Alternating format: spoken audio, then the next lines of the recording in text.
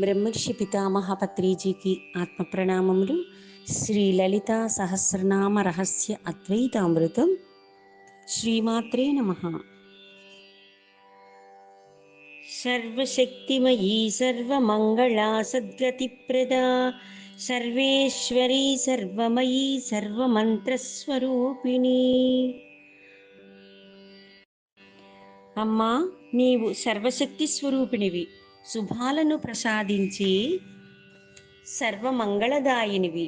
నీవు భక్తులను సద్బుద్ధులను ప్రసాదిస్తావు.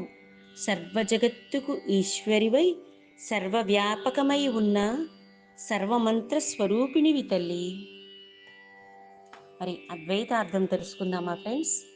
సర్వశక్తిమయి అంటే యాదేవి సర్వభూతేషు శక్తి రూపేణ సంస్థిత. నమస్తస్యై నమస్తస్యై నమస్తస్యై నమో నమః. సర్వం శక్తిమయం.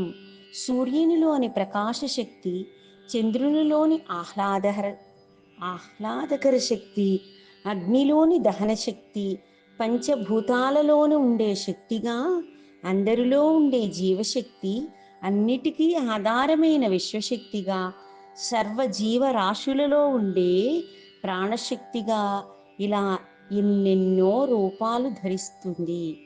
కానీ ఉన్నది ఒకటే శక్తి, అదే ఆదిపరాశక్తి. శ్రీ లలితాదేవి పేర్లు ఎన్నైనా భావం సర్వత్రా వ్యాపించి ఉన్న ఆ మూల చైతన్యమే. ఆ శక్తిని పొందాలంటే ఒక్కటే మార్గం, అంతర్ముఖ ప్రయాణం. అదే ధ్యానం. మనకు తెలియకుండానే మనం జీవించడానికి అవసరమైన ముఖ్య శక్తిని 1 గంట ధ్యాన సాధన చేస్తే 6 గంటల నిద్రలో వచ్చే శక్తిని పొందవచ్చు. అంతర్ముఖంగా అన్నిటియందు అందరిలోనూ ఆ శక్తిని దర్శించే ప్రయత్నం చెయ్యాలి.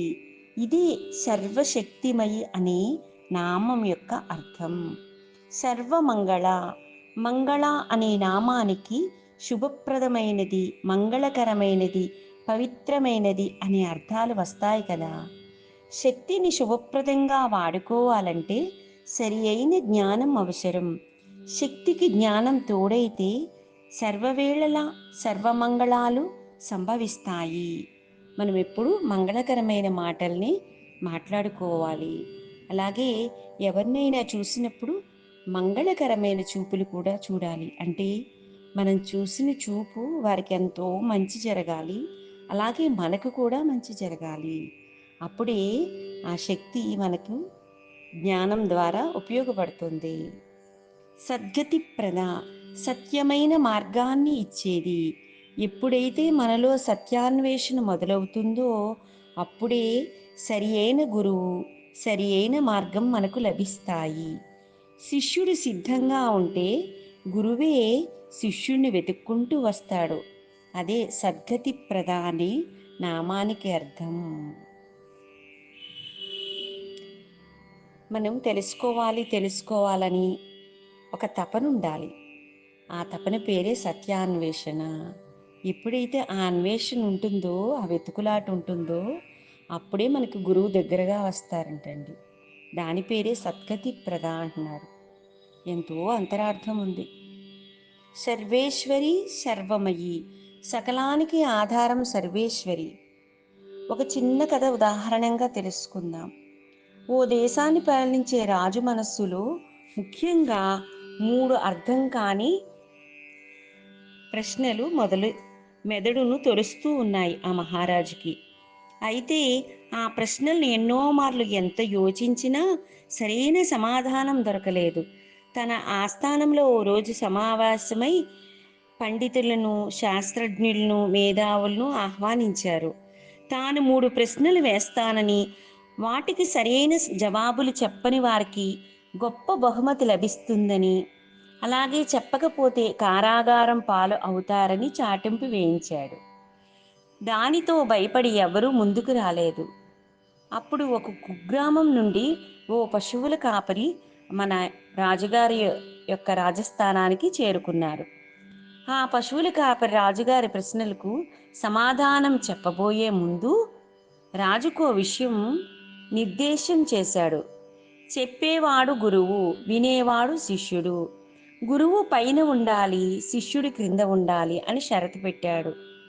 దానికి అంగీకరించిన మహారాజు పశువుల కాపరివి సింహాసనంపై కూర్చోపెట్టి తను ప్రశ్నలు వేశాడనమాట. అంటే పశువుల కాపరిని సింహాసనం మీద కూర్చోబెట్టి ఆయన కింద కూర్చున్నాడనమాట. కిందంటే కింద ఒక ఆశ్రమం మీద. మొదటి ప్రశ్న, దేవుడు ఏ వైపు చూస్తూ ఉంటాడు? అప్పుడు ప్రశ్నించారు మహారాజు గారు. గురువు స్థానంలో ఉన్న పశువుల కాపరి దీపం తెప్పించి సభ మధ్యలో పెట్టించారు. మహారాజా, ఈ దీపం ఎటువైపు చూస్తోంది అని ప్రశ్నించారు. నా వైపా, నీ వైపా? తూర్పు వైపా, పశ్చిమానికా? పైకా, క్రిందకా? ఎటు చూస్తోందో చెప్పండి అని ప్రశ్నించాడు. అప్పుడు అన్ని వైపులకి చూస్తోంది అని సమాధానమిచ్చాడు మహారాజు. మరి ఇంత చిన్న జ్యోతి అన్ని వైపులా చూడగలిగినప్పుడు ఆ పరంజ్యోతి స్వరూపమైన భగవంతుడు అన్ని వైపులా చూడలేడా? సమస్త జీవుల కళ్ళల్లో వెలుగుగా ఉన్నది కూడా ఆ పరంజ్యోతి పరమాత్మే అని చెప్పి మొదటి ప్రశ్నకు సమాధానాన్ని ఇచ్చాడు. మరి రెండవ ప్రశ్న, దేవుడు ఎక్కడ ఉంటాడు అన్నాడు రాజు. పశువుల కాపరి ఓ చిన్న పాత్రలో పాలు తెప్పించి ఈ పాలల్లో నెయ్యి ఎక్కడ ఉందో చెప్పగలరా అని అడిగాడు. అప్పుడు మహారాజు చెప్తున్నాడు, పాలను మరగబెట్టాలి, వాటిని తోడుగా మజ్జిగ కలిపి కొన్ని గంటలు కదలకుండా ఉంచాలి, అప్పుడు పెరుగు సిద్ధమవుతుంది కదా. దాన్ని కవ్వంతో చిలికితే వెన్న వస్తుంది, వెన్నను చిలికితే వెన్నను కాస్తే నెయ్యి తయారవుతుంది అన్నాడు రాజు. ఆహా, సరిగ్గా చెప్పారు మహారాజా. అలాగే హృదయమనే పాలను గురువు బోధ అనే నిప్పులపై బాగా మరిగించి మనస్సు అనే తోడు వేసి స్థిరంగా ఉంచితే వచ్చే సత్యమనే పెరుగును సాధన అనే కవ్వంతో చిలికితే జ్ఞానమనే వెన్న వస్తుంది.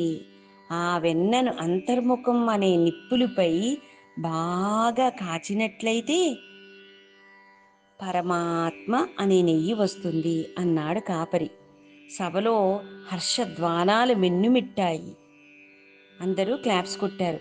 అయ్యే బాబోయ్, ఎంత అద్భుతంగా భగవంతుడు గురించి ఎంత చక్కగా చెప్పాడు, దేవుడు ఎక్కడ ఉంటాడు అన్న దానికని అందరు అద్భుతం అద్భుతం అన్నారంటండి. ఇక చివరి ప్రశ్న, దేవుడు ఏం చేస్తాడు అని అడిగాడు. అప్పుడు చెప్తున్నాడు, నేను పశువుల కాపరిని, మీరు మహారాజు. క్రింద ఉన్న నన్ను సింహాసనంపై కూర్చోపెట్టారు కదా.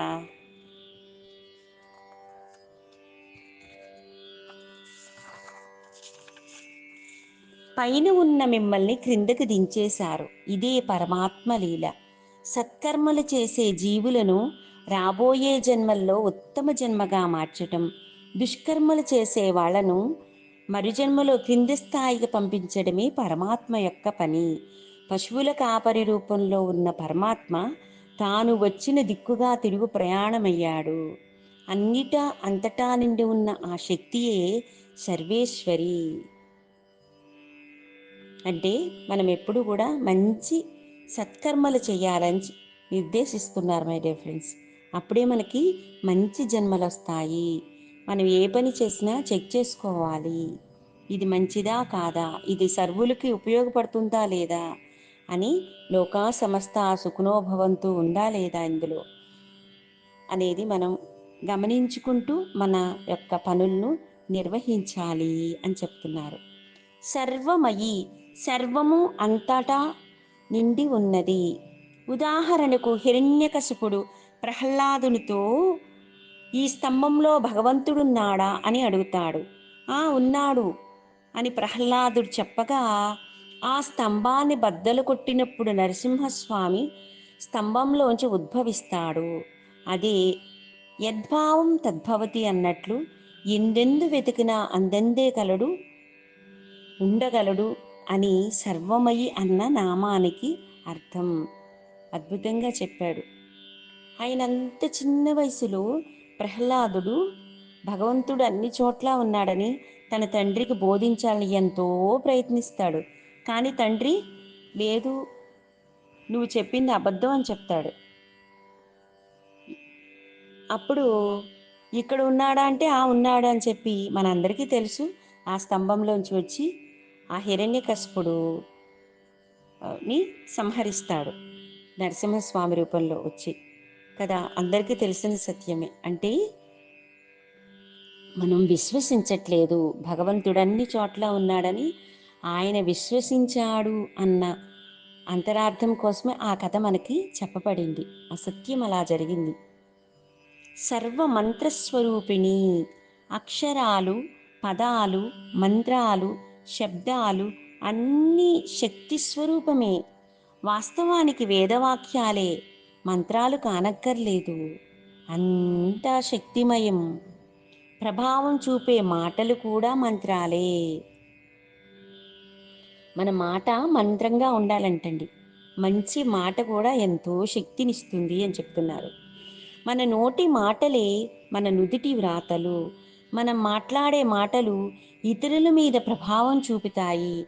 మాట మీద ధ్యాస పెట్టి అవసరమైన మాటలు మాత్రమే మాట్లాడాలి.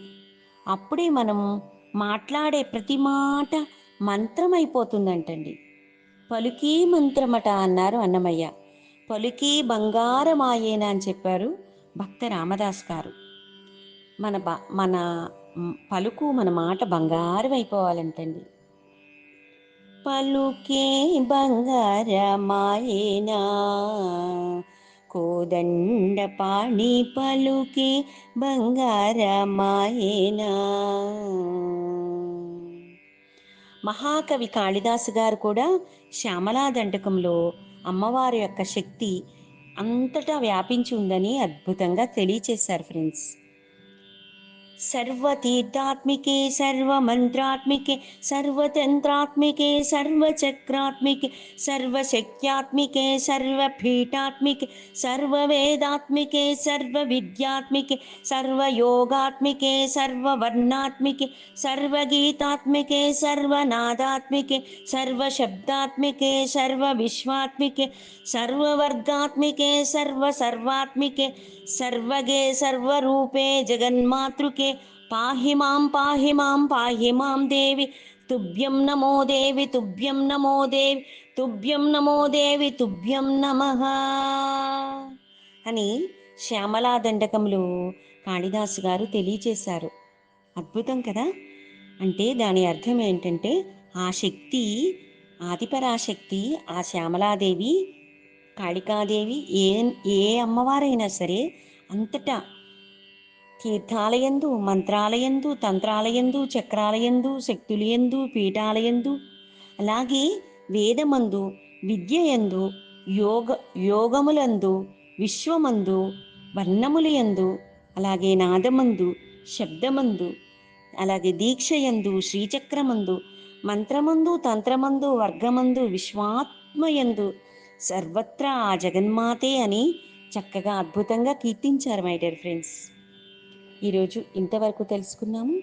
మరికొంత జ్ఞానాన్ని రేపటి భాగంలో తెలుసుకుందాం మై డియర్ ఫ్రెండ్స్. ఓం శ్రీమాత్రే నమః.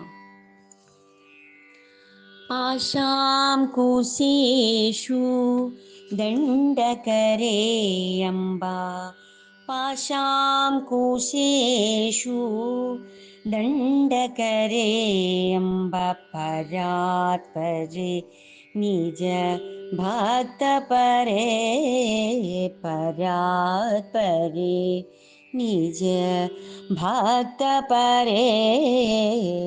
आशांबर हरि केशपुरीशे, आशांबर हरि केशपुरीशे, आनंद रूपे अमित प्रतापे, आनंद रूपे अमित प्रतापे, हिमगिरि तनये हे मलते अम्ब ईश्वरी श्री ಲಲಿತೆ ಮಾಮವ ಹಿಮಗಿರಿತನಯೇ ಹೇಮಲತೆ.